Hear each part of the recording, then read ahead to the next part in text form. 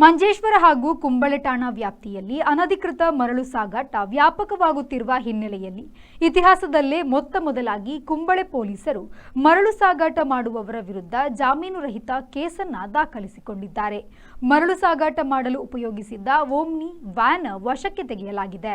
ಅರಿಕ್ಕಾಡಿ ನಿವಾಸಿ ಮನ್ಸೂರ್ ಅಲಿ ಹಾಗೂ ಕುಂಬಳೆ ಪೆರವಾಡ್ ನಿವಾಸಿ ಜುಸೈರ್ ಬಂಧಿತ ಆರೋಪಿಗಳು.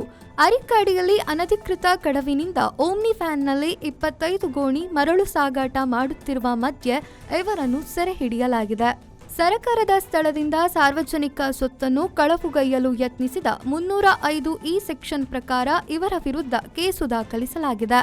ಇವರನ್ನು ಇಂದು ನ್ಯಾಯಾಲಯಕ್ಕೆ ಹಾಜರುಪಡಿಸಲಿರುವುದಾಗಿ ಪೊಲೀಸರು ತಿಳಿಸಿದ್ದಾರೆ.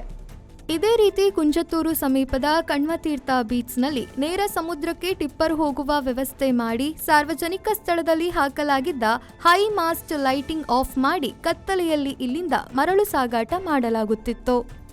ಇದರ ವಿರುದ್ಧ ಸ್ಥಳೀಯರು ರಹಸ್ಯವಾಗಿ ಒಗ್ಗೂಡಿ ರಾತ್ರಿ ಸಮಯಗಳಲ್ಲಿ ಟಿಪ್ಪರ್ ಲಾರಿಗಳಲ್ಲಿ ಮರಳು ಸಾಗಾಟಕ್ಕಾಗಿ ಲೈಟ್ ಆಫ್ ಮಾಡುವುದನ್ನು ಸಿಸಿ ಕ್ಯಾಮೆರಾದಲ್ಲಿ ಸೆರೆ ಹಿಡಿದು ಸಾಮಾಜಿಕ ಜಾಲತಾಣಗಳಲ್ಲಿ ಹರಿದಾಡಲು ಬಿಟ್ಟಾಗ ಕಣ್ವತೀರ್ಥದಿಂದ ಪಲಾಯನಗೈದ ಮರಳು ಮಾಫಿಯಾಗಳು ಈಗ ಕುಂಡು ಕೊಳಕೆಯಲ್ಲಿ ತಲೆ ಎತ್ತಿರುವುದಾಗಿ ಸ್ಥಳೀಯರು ಆರೋಪಿಸುತ್ತಿದ್ದಾರೆ.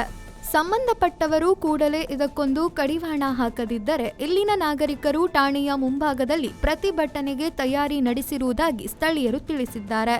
Rahman Udyavara, ವಿ4 news, Manjeshwar.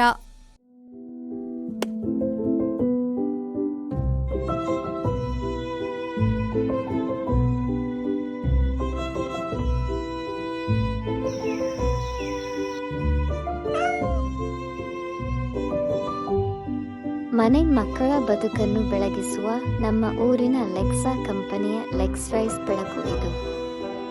Proven specialist and award-winning manufacturer.